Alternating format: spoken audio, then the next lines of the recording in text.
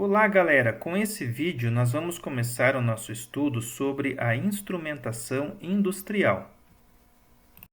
O que é instrumentação industrial? A instrumentação industrial é um campo de estudo que desenvolve e aplica tecnologias com o objetivo de medir e controlar as grandezas físicas industriais. Esse campo de estudo se ocupa também do registro e da indicação das variáveis do processo. Podemos resumir a instrumentação da seguinte maneira: ela está relacionada com medir, controlar, registrar e indicar. Como exemplos, a medição e o controle da temperatura do processo de pasteurização do leite, a medição e controle do nível da água em uma caldeira industrial, a medição e o controle da velocidade de uma esteira transportadora. Nós falamos que a instrumentação industrial é responsável pela medição das grandezas físicas. Mas o que é uma grandeza física? Grandeza física é tudo aquilo que pode ser medido através de um instrumento. Por exemplo, o comprimento de uma corda, o volume de uma caixa d'água, o tempo de duração de uma aula, a massa de um objeto qualquer, a velocidade de um automóvel e muitas outras grandezas físicas que nós estudaremos ao longo desse curso. Para realizar uma medição, nós precisamos ter um padrão de comparação. Veja na tela alguns exemplos. Temos ali 1 metro, 1 quilograma e 1 litro. Esses são padrões que foram inventados e são padrões que nós usamos para fazer uma comparação.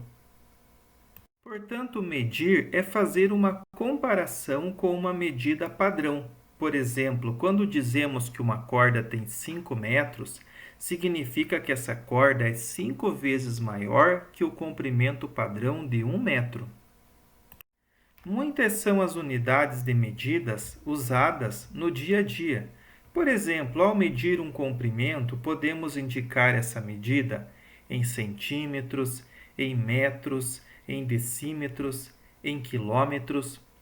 Porém, nas equações da física, nós devemos usar aquelas medidas que são as oficiais estabelecidas no Sistema Internacional de Unidades.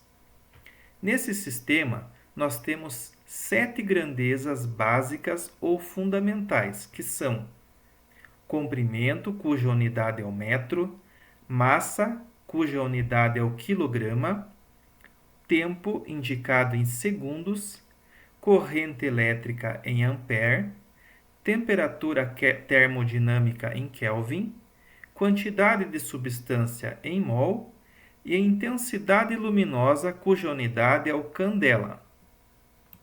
As outras unidades de medida são chamadas de unidades derivadas.